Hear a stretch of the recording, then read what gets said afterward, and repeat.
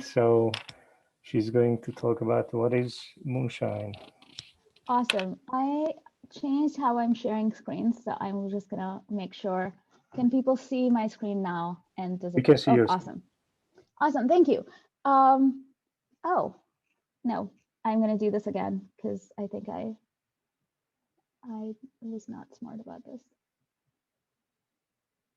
All right, sorry.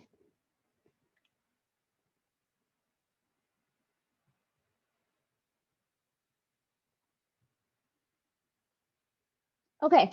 All right. So thank you for that introduction again. And the title of this talk is Elliptic Curves and Moonshine. And the main idea of this talk is, can Moonshine help answer number theoretic questions? Okay. And I'm going to start by telling you what kinds of number theoretic questions I care about. Here's one. Let E be an elliptic curve defined over Q, and let EQ denote the set of Q rational points of E. Then it is well known that EQ has the structure of a finitely generated abelian group on it, by which I mean that there is a finite part, the torsion part, and there's an infinite part, which is R copies of C, where R is some non-negative number.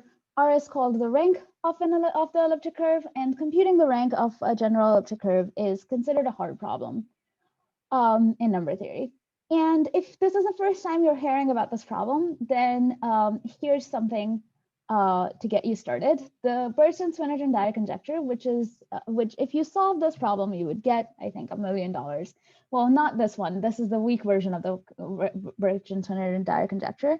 But the Bernstein-Swinnerton Dyer conjecture says that the rank of an elliptic curve equals the order of vanishing of its L function at s equals 1. We know some parts of this conjecture. In particular, we know that if the L function is not 0, then so if something is not 0, its order of vanishing is 0, and so the rank is 0. This is known by work of Colley-Wagon, and I am going to remind you of this fact sort of towards the end of this talk. So if you're taking any notes, if you're remembering something from this talk, this is something to remember. That we know that if the L function is not 0, then the rank is 0. Okay, so that's a general problem, and I've just said that this is hard to solve. So let's look at a more specific version of this problem and hope that we can say something useful there. So let E be this elliptic curve over Q. Then for D, a negative fundamental discriminant, I'm going to define ED to be the quadratic twist, which is given by this equation. And the way that quadratic twists work is that E and ED are the same elliptic curve over E, but they're not the same elliptic curve over Q. So what I've just done is I've given you a parameter D, which as you vary D, you get a family of elliptic curves all related to D and all related to E in a natural way. And you can ask, how does the rank of ED vary with D? Okay. Anytime you run into a problem like this, you might start by collecting some data. So here's some data. I'm going to restrict to discriminants which are not a square mod 19. And then I will get that D, for D equals -4, the rank is 0. For D equals -7, it's 0, and so on. You can compute these using Magma. Okay.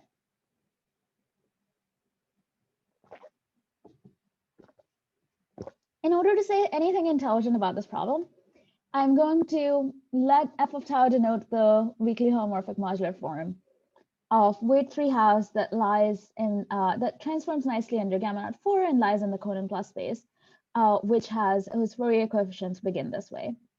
And I'm going to define C of D to be the coefficient of Q to the -D in the Q expansion for F. This little d is the same little d as earlier in the talk. So in particular, it is negative. So I'm talking about positive powers of Q.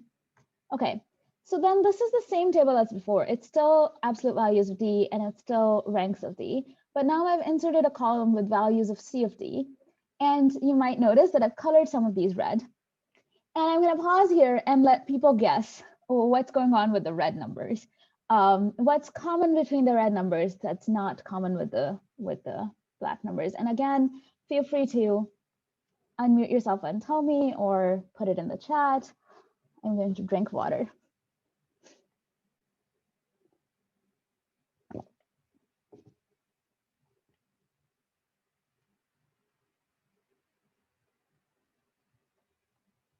Any guesses?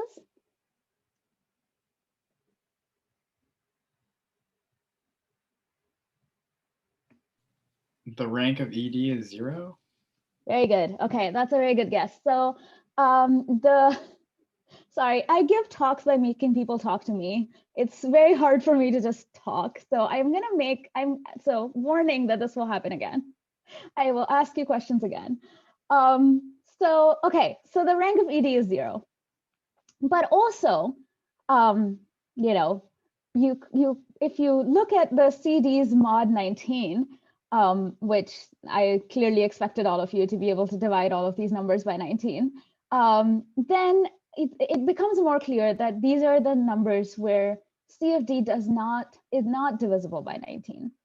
So this is the theorem I'm going to state next. I'm going to say that whenever these C of D's is not divisible by 19, that's when you can claim that the rank of ED is 0. Okay, so C of D was, sorry, I missed that definition. what was C of D? C of D is coefficient of Q to the negative D in the Q expansion for this modular form that I picked. Thank you. Yeah. Okay, so let TH denote Thomson's group, which is a sporadic simple group. Then the theorem states that there exists an infinite dimensional graded Thomson module such that if the dimension of WD is not 0 mod 19, then the Mordell-Weyl group is finite for elliptic curves of conductor 19 and negative D as above. Okay, so this is a mouthful, so I'm going to say this again, but slowly. It's saying that there exists an infinite dimensional graded Thomson module W whose graded dimension is the f of tau from before. So each of these C of D's is actually just the coefficients from each of these dimensions of WD is just the C of D's from before. Okay. And this theorem is for the particular E that you had written a few slides ago, right? So this theorem is for elliptic curves of conductor 19. The particular E that I wrote was an elliptic curve of conductor 19. Okay, great. So, sorry, okay, so this is what I was saying. So this theorem is basically in two parts. The first part is saying that there exists an infinite dimensional graded Thomson module whose graded dimension is the f of tau that I wrote down.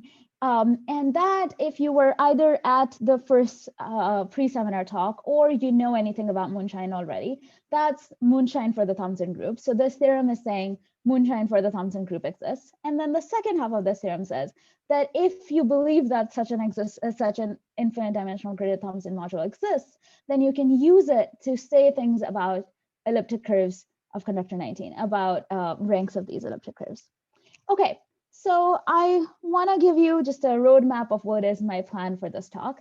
So I'm going to, I wanted to give you some motivation for why you should listen to me. And I wanted to write down a theorem, the main theorem of this talk. I'm going to spend a few minutes talking about what is Moonshine, because I did that a little bit also in the pre-seminar talk, but I'm going to it will be a quick review for people who weren't here. Okay, and then I'm going to try to get into the sketch of proof of theorem 2. The first half of that sketch is going to be how do you prove Moonshine for the Thomson group, and the second part is going to be how do I connect elliptic curves to this whole story. And if I have any time left, I might talk about other results that are similar to this. All right. Question. What's special about 19 with respect to the Thomson group, or is it? That's a great question. I'm going to give you a bad answer, and then at the end of the talk, I might give you a better answer. So my bad answer is that 19 divides the order of the Thomson group, and elliptic curves of order, the dimension of the cusp forms that I want is 1. But at the end of the talk, this might make more sense. Can I ask a follow-up to your? Yeah. Sorry, could I ask? Can I Yeah. also ask a question? This might be silly, but when you say Thomson module or all of these, are these faithful modules? Or I'm thinking of like a representation. So the reason I'm asking is that, you know, if the action is not faithful, then it's really kind of a module for a quotient group, no? Good question. Oh, but this is simple group. Sorry, I'm silly. Okay, Right. good. I'm glad you So- figured this out Yeah, on yeah. your own. So, I didn't have to think about this. Yeah. So Yeah. the only thing is that the action should be non-trivial. But okay. Awesome. Thank you for answering your own question. Great. Bianca, well- do you have another question? Yeah, so just because you said that it divides the order of the Thompson group, but the Thompson group, well, I mean, you wrote down its order, it's highly divisible, right? So how does it? Yeah, so that's why I said that it's a bad answer, because I need both that it divides the order of the Thompson group and I need things from number theory to be true, which, like, yeah, when I promise that when I get to the end of this talk, I will give you some more details on what I mean by that. Sounds great, thanks. Awesome. Any other questions, comments, or worries before I tell you about the story of Moonshine? Awesome. So the story of Moonshine begins at the classification of finite simple groups, which says that almost all finite simple groups fit neatly into three infinite families. They're either cyclic groups, alternating groups, or finite groups of Lie type. There are 26 exceptions to this rule. The largest one of these is called the monster group. The 26 sporadic simple groups don't fit into any of the families, and the monster group is very large. It has this number is about 8 times 10 to the 53. The monster group was first conjectured to exist in 1973, and our first construction of the monster group was announced in 1981. So it took about 8 years of knowing that it might exist to actually constructing it. In the meantime, Conway and Norton conjectured that the smallest non-trivial irreducible representation of the monster is 19688 three-dimensional, and Fisher, Livingstone, and Thorne computed the character table of the monster based on this assumption. Okay. The way that representation theory works is that it takes a hard problem in algebra and tries to reduce that to maybe an easier problem in linear algebra, right? So for me, the tagline of representation theory is, here's a hard object, what if matrices? So in this case, the matrices, the smallest non-trivial matrices that you can think of are the space is 19688 at three-dimensional, which is granted a lot smaller than 8 times 10 to the 53. But it is a large enough number that if it appears twice in 2 different contexts, you might wonder if those instances are related. And that's what happened to John Mackay. He noticed that the normalized elliptic modular invariant, J of tau, has this Fourier expansion. And one of the coefficients, the coefficient of Q is 19684, which is not 19683, but it's, you know, famously close to it. It is 1 plus 19683 is 19684. He told this to John Thomson, who said, actually, more of this is true. Instead of just thinking of 19683 as a dimension of the irreducible representation of the monster, I can think of both of these as dimensions. You just take the trivial representation, and so then I can generalize. I can look at the first 3 dimensions, the first 3 smallest dimensions, and I will get the coefficient of Q squared. I can look at 2 times the first plus 2 times the second plus the third plus the fourth, and I get the coefficient of Q cubed. So you can really write sums of dimensions of irreducible representations of the monster and have them equal coefficients of J. And if this is the first time you're hearing about something like this, again, this feels very weird. In fact, it gets weirder. The weirder part of this is that the dimensions of irreducible representations of anything are just the entries in the first column of the character table of that thing, right? So the character table has many other columns. The second column, for example, is it tells you the trace of the 2A element, an element of order 2 on the same irreducible representations. And so you can do the same thing. You can look at the smallest two irreducible representations, or irreducible smallest two entries, the first two entries in the column, or you can look at the first three entries, or you can look at 2 times the first entry plus 2 times the second entry plus the third entry plus the fourth entry, and you get some numbers, and you can ask if these numbers are anything special at all. And they actually are coefficients of another well-known modular form. Okay, this is enough evidence for Thomson to say that actually there's so much more going on here.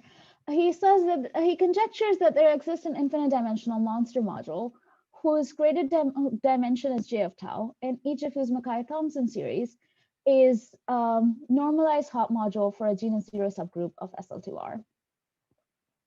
Okay, this conjecture was proven by Borchards, building on work by Frank Lepofsky and Merriman and Conway Norton and other people in 1992. And there are a few things that I want to say about this conjecture.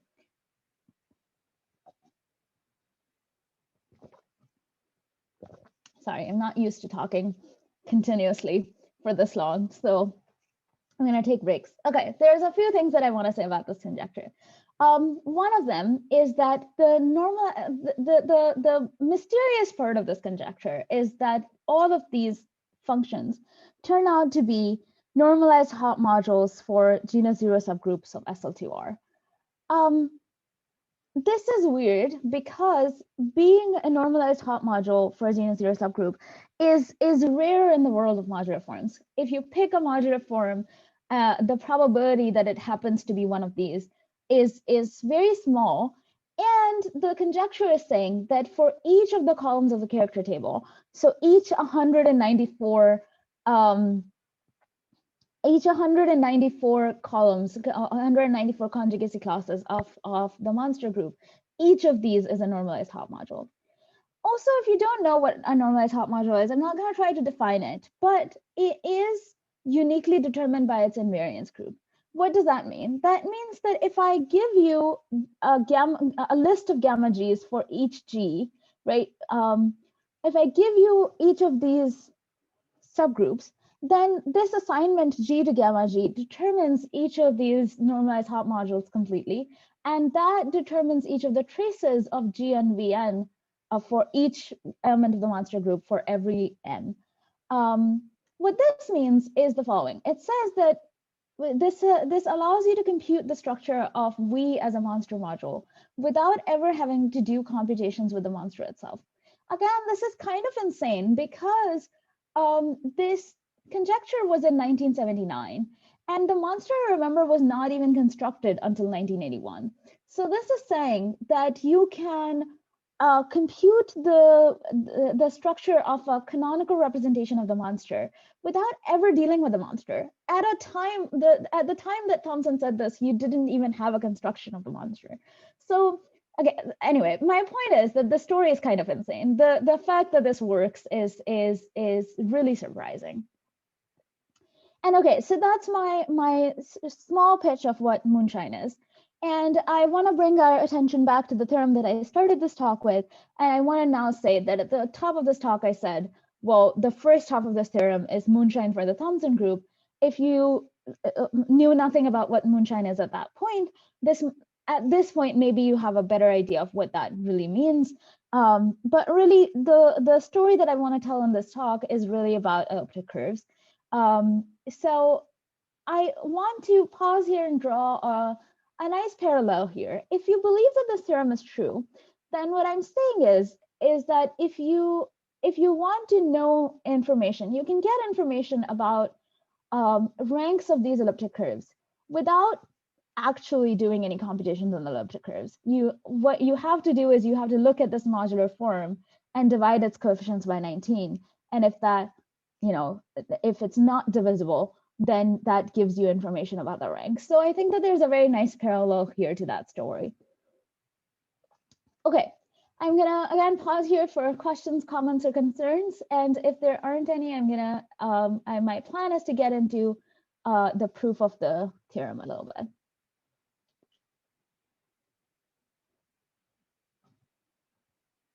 Maybe I can ask. It's very related to my earlier question, so you can keep deferring until the end. But I'm just wondering if I replaced it with a different, like, is the expectation that for any conductor elliptic curve, there should be something and we just don't know, we don't have a sense of what it is, or there's something special about only particular conductors? Yeah, good. Okay, so when I get to the end of this talk again, I will give you another result for 14, for conductor 14. Really, a lot of this is that I'm okay. When you give a talk, you pick a story to tell. Chronologically, the way that I came to this is that I wanted to prove moonshine for the Thomson group, and these are the byproduct results that I get from proving moonshine for the Thomson group. I don't know if you wanted these results, like which groups and where would you go from there, right? Like how to go backwards. Yeah, so should any conductor work? I have no idea. Like I know which ones happened to work. Yeah, I think that's what I'm gonna say about that. Thanks. Yeah. Awesome. Okay, so let's get into the proof of theorem 2. So like I said, there's going to be two parts. There's going to be the moonshine part. So how do you prove that moonshine for the Thomson group exists? Well, you want to prove that there exists an infinite dimensional graded Thomson module such that the graded trace for each G is a weakly holomorphic modular form that lies in, that has weight 3/2 and transforms nicely under gamma naught 4 times order of G. With a character that is determined by G, and lies in Conan plus space and has a specific behavior at the cusps. Okay, this part, like the specific behavior at the cusps, I didn't want to write down on the slide. The slide is already a lot, but I can say it out loud.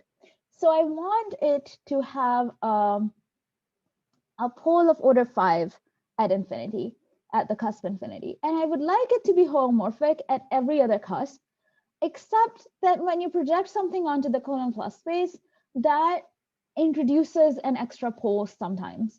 So in particular, it introduces an extra pole at the cusp 1/2 times order of G, if order of G is odd. So those ones I'm gonna allow. So we want it to have a pole of order 5 at infinity, and we would like it to be holomorphic everywhere else, except when dictated by the Conan plus space condition. Okay, so on the next slide, I'm going to get into the proof of this, but I want to take a minute here to talk about what proving this will give me. So if I prove this, then the proof is constructive in the modular functions. So in particular, the fact that this is a Thomson module, the fact that this is a Thomson module gives me that for, so that's my curly f, math cal f, f1a of tau needs to equal f19a of tau mod 19. Okay, where 19a is, where G in 19a is an element of order 19, 19a is the only conjugacy class that has elements of order 19. Okay, if you believe that, then what are the coefficients of f1a and f19a? Well, f1a has coefficients trace of 1a, I guess, on wn, and f19a has coefficients trace of 19a on wn, and trace of the identity is just the dimension, so you get this congruence.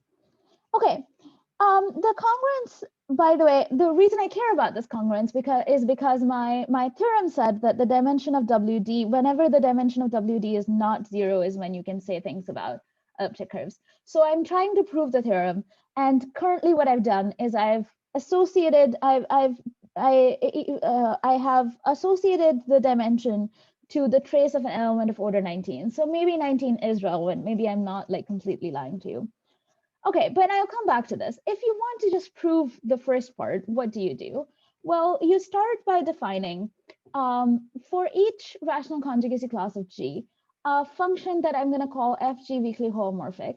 And it's going to be 6 times the Rademacher sum of weight 3/2 that transforms nicely under gamma naught 4G with the character psi G and lies in the Conan plus space. Okay, what is the Rademacher sum? Well, here's a definition, and the definition is like on first glance will still look scary. So I'm going to give you the definition, but I'm also going to give you like a 15-second spiel of what a Rademacher sum is and why are we using it. Well, if you have an action of, let's say, sigma on F, and you want a different thing, you want a G that is invariant under sigma. Also, you know something about the order of sigma. You know that the order of sigma is 1. Then one way of getting G from F is to take the orbit of sigma on F. So you define G to be F plus sigma of F plus so on sigma to the n minus 1F, right? And when you apply sigma to this, you will get sigma F plus sigma squared F plus sigma to the nf, which is f again, because sigma to the n is 1. So this is a common trick, right? If you want something invariant under an action, you just take something and just take the sum over the orbit. But notice that this only worked because sigma had a finite order. The n being finite matters. If sigma has infinite order, then you just do the same thing, but you take the infinite sum, and now you have to worry about convergence. Now you have to be like, okay, maybe this won't converge, but I can just try to do the same thing. So that's what the Rademacher sum is. The Rademacher sum is you take q to the -5 in this case, which is the index that I've input into the Rademacher sum. And you take an action on it by the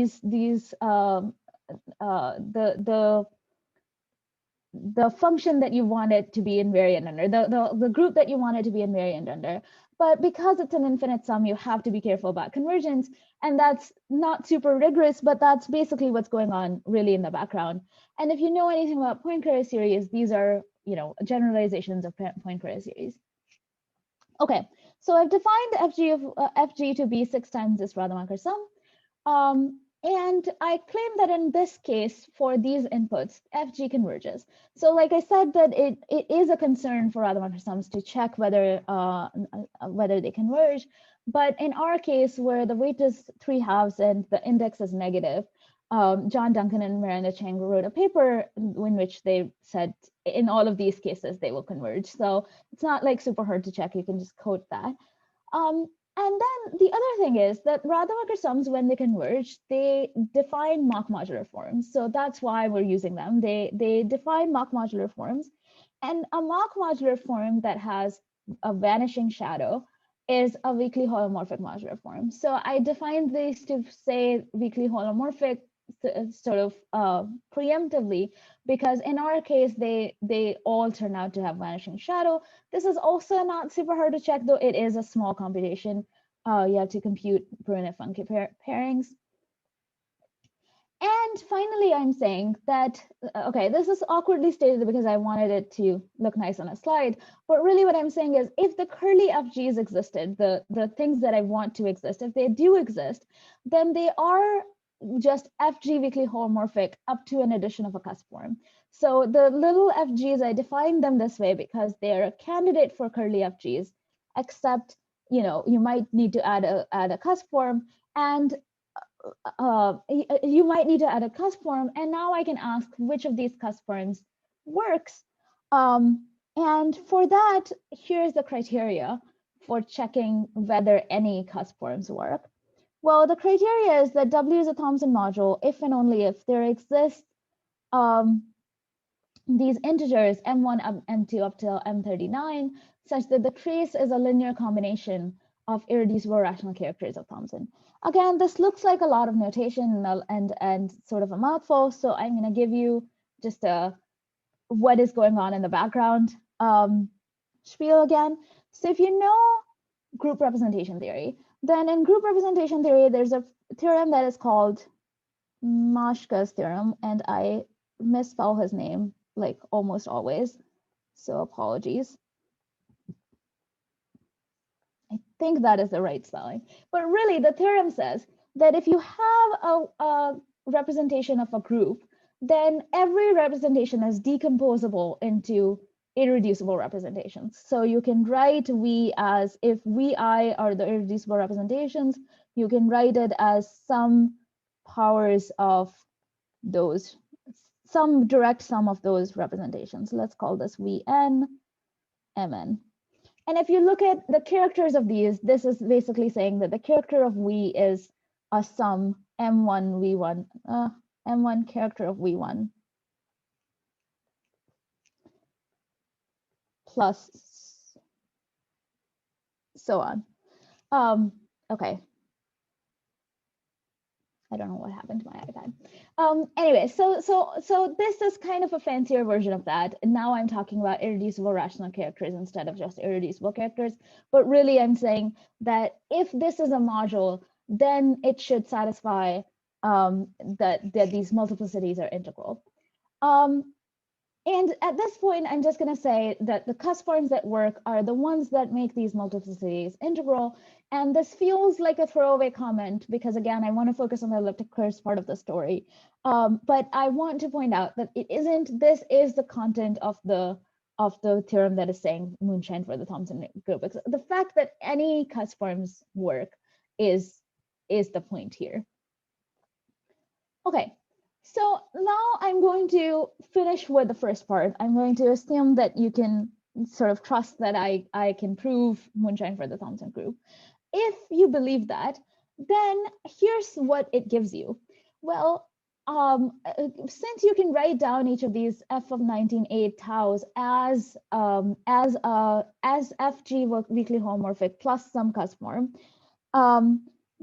what you get is so remember that F19A tau should be FG weakly holomorphic tau plus some cusp form, which I said lies in the cusp form space SG, which I defined, which in this case is S3 plus gamma naught 76, which is 4 times 19.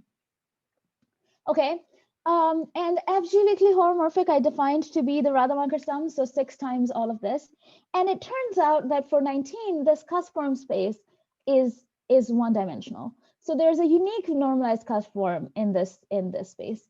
And that's really the part that makes some of these things work out. And again, I will tell you towards the end what I mean by that. So curly F19A is then 6 times this Rademacher sum plus 18 times this cusp form. And I'm going to denote the coefficients of the Rademacher sum by Rn and the coefficients of this cusp form by B19AN. Then, again, by the fact that the dimension of Wn should equal the coefficients of this 19A form, I should get the dimension of Wn as 6 times the Rademacher sum plus 18 times B19A. Okay, so I have now 2 terms on this side, and I'm going to deal with them separately. My first task is going to be to show that Rn for the cases that I care about just turns out to be 0. And then my second task is going to be to show that these B19ANs actually are related to elliptic curves naturally. Okay, so then I will, that's the thread that I'm going to take. I'm going to associate dimension of Wn to these B19ANs, which I'm going to associate to elliptic curves. So let's prove that 6Rn is actually 0 in the cases that I care about. Oops, let's wait so that I can get rid of. There you go. Okay, so I want to prove that R of absolute value of D is 0. And my proof is that because it's the correct, it's a coefficient of a Rademacher sum, I can write it as traces of singular moduli if those keywords mean anything to you. And if not, then basically I can write it as this sum over some quadratic form. So there's a lot of notation going on here, but I want you to focus on the red, on the thing in red, which is curly Q 5n to the 19. QDN is a set of positive definite quadratic forms of discriminant negative D equals B squared minus 4AC, such that 19 divides A. So I'm going to translate this. So for us, negative capital D is 5n, right? So negative 5n. Okay, negative 5n is B squared minus 4AC. And remember that 19 divides 4A. 19 divides A, I guess. So I can actually look at this equation mod 19. So I get minus 5n mod 19. If 5n is, for n equals absolute value of D, n is this. Remember that D, I said, is negative. So absolute value of D is just negative D. So this equation is really just 5D equals B squared mod 19. And I'm going to pause here and claim that there is no solution to such an equation. And you sort of have the tools to figure out why. And if you know why, you should tell me. So as promised, I'm going to make you talk to me. So if you know why 5D equals B squared has no solutions, then you should either put it in the chat or unmute and talk to me.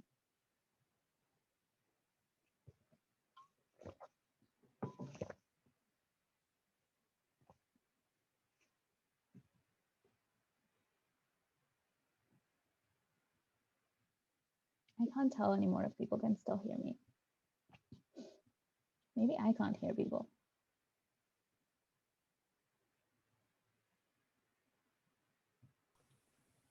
We can hear you. Okay, awesome. Okay, so remember that I restricted to discriminants that are not a square mod 19. So D is not a square mod 19, but 5 is. So 5 is, I think, 9 squared, 81, right? 76 plus 5 is 81. So that means that 5D is not a square mod 19. So this equation has no solutions. And if this equation has no solutions, then QDN is empty. And if QDN is empty, then the sum is empty. And so in particular, Rn is just 0 for the cases that I care about. So that's this. So for n equals absolute value of D, I have that the Kronecker symbol is just -1. And so the set is empty. And thus this sum is empty. Okay, so I've gotten to the point where the dimension of WD is equal to 18 times this cusp form coefficient. And now this equation is in red because, again, this is the equation that appears in the statement of the theorem. So I now am going to say that if the dimension is not 0 mod 19, then 19 doesn't divide this cusp form coefficient because it doesn't divide 18. And I'm going to show that this implies that 19 doesn't divide the ELF function for these elliptic curves of conductor 19. Okay, this is a big claim and it will require a big hammer and I will prove this. But for a few seconds, let's believe this claim and notice what it gives us.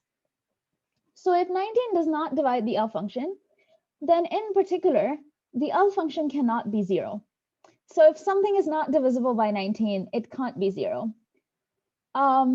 And from the first slide, the first fact that I said I will refer back to, remember that Kolyvagin proved that if the ELF function is not 0, then the rank is 0. So if I prove this whole sentence, that this means that 19 does not divide the ELF function, I would be done. That would show that the ELF function is not 0, and thus thus the rank is 0. Okay, so how do I prove something like this? Well, that's where the big hammer comes in. So remember, notice by the modularity theorem, for example, every elliptic curve is modular.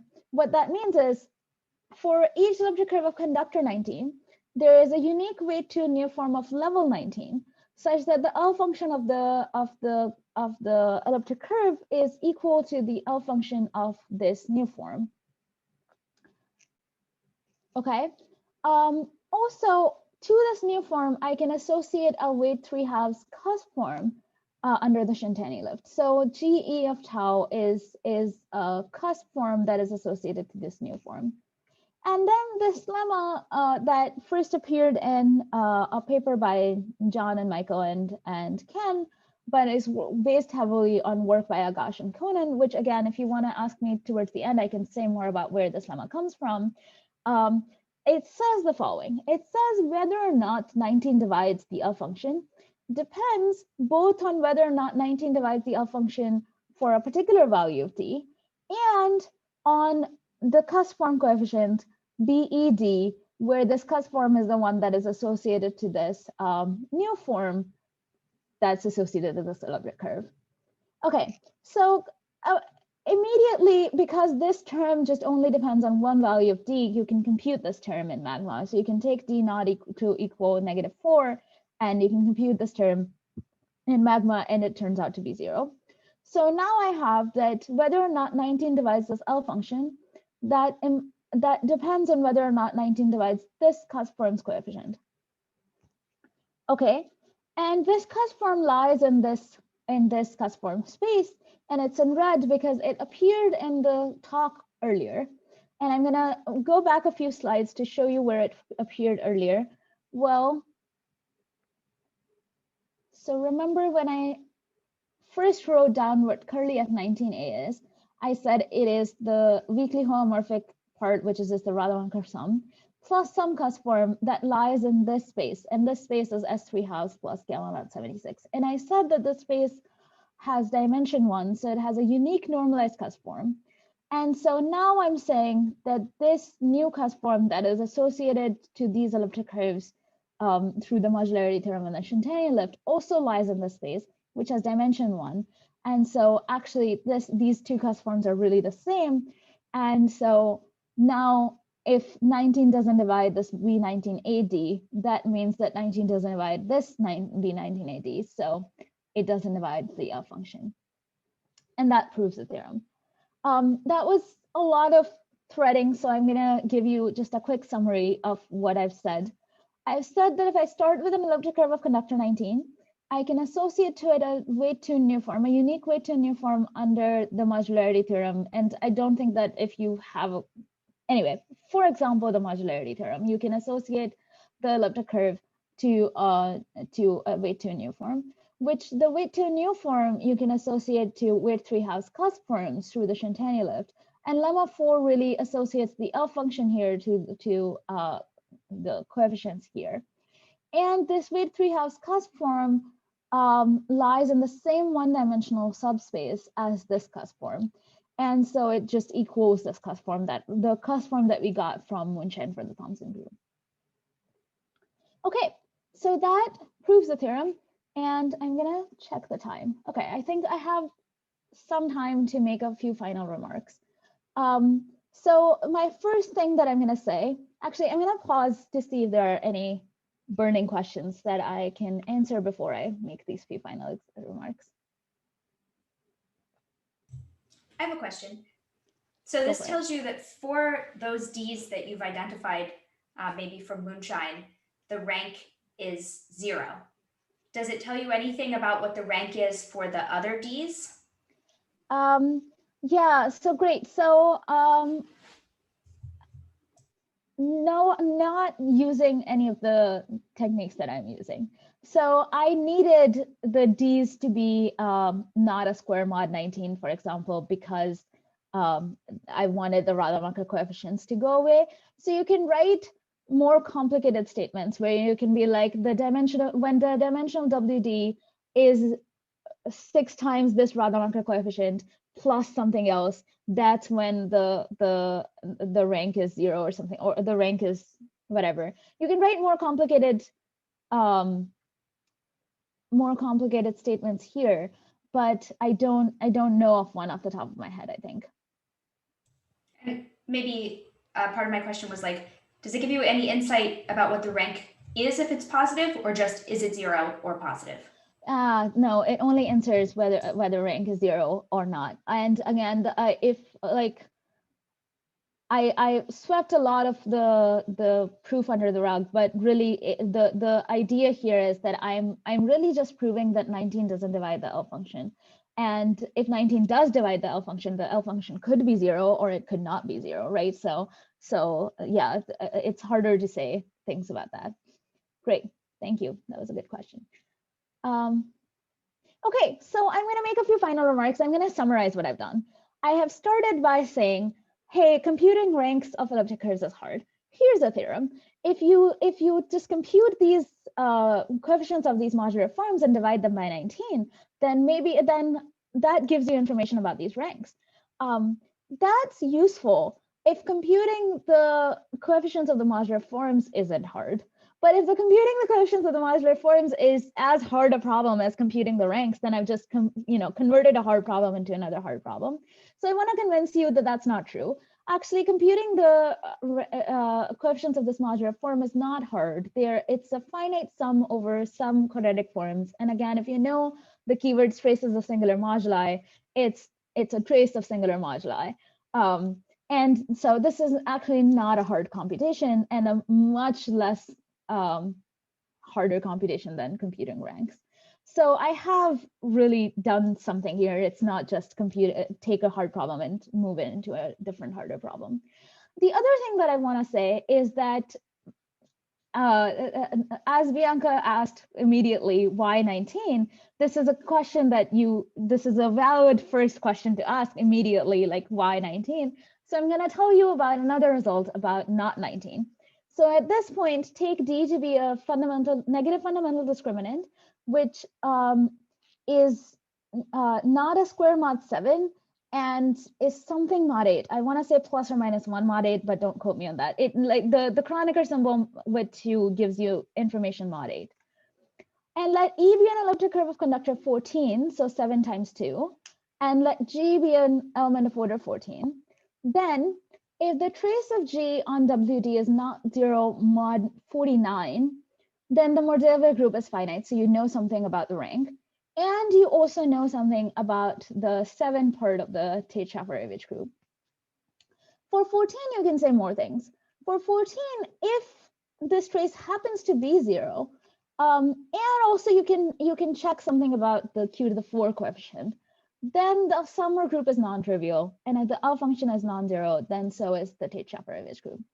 Okay, so you can say more things about not 19, and at this point, I can maybe answer the why 19 question in slightly more detail. One, I needed it to divide the Thompson group. That's part of it.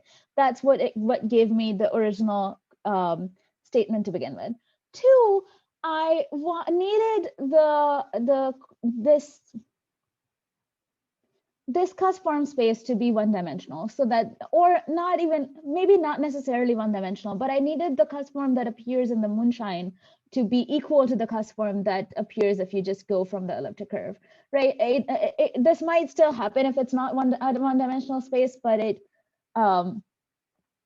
a one-dimensional space, it is forced to happen. So yeah, so those are the reasons why 19 appears, and this also works out for 14. And for the Thompson group, I don't think it works for other values. Like for example, actually no, yeah, for the Thompson group, I don't think it works for other values. And yeah, I think I'm gonna stop talking here and let people ask me questions. Okay, let's first thank Maryam for a wonderful talk. Did not go over time. Yes. So questions, more precisely, more questions. I have another question. Can you do anything about elliptic curves over number fields? Like, can you say anything about rank over extensions? Yeah, I wish. Can I say anything about number fields? Like, not off the top of my head, I cannot, but this is a good question that I haven't considered.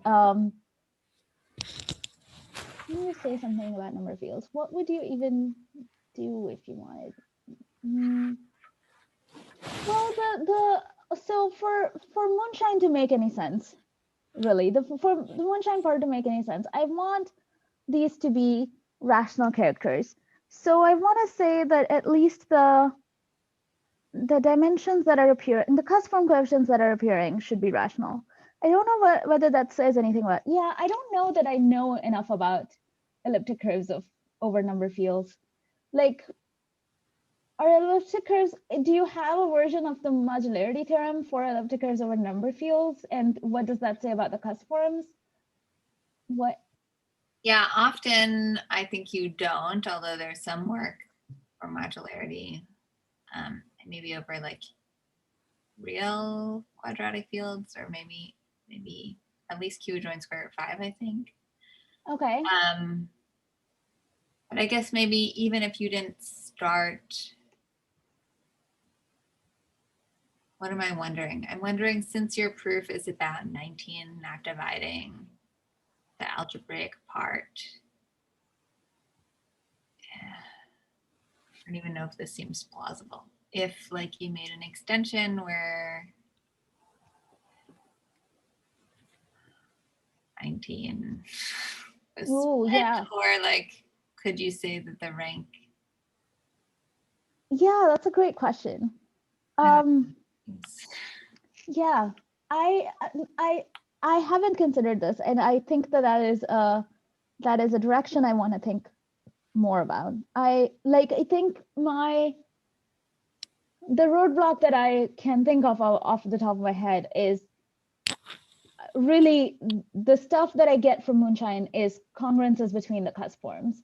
And if I can't connect the cusp forms to the elliptic curve, I don't know how to bridge that gap. But I don't know enough about elliptic curves over number fields to say that I actually cannot connect these cusp forms. So I think that's definitely, that's a great question and has given me things to think about. So thank you.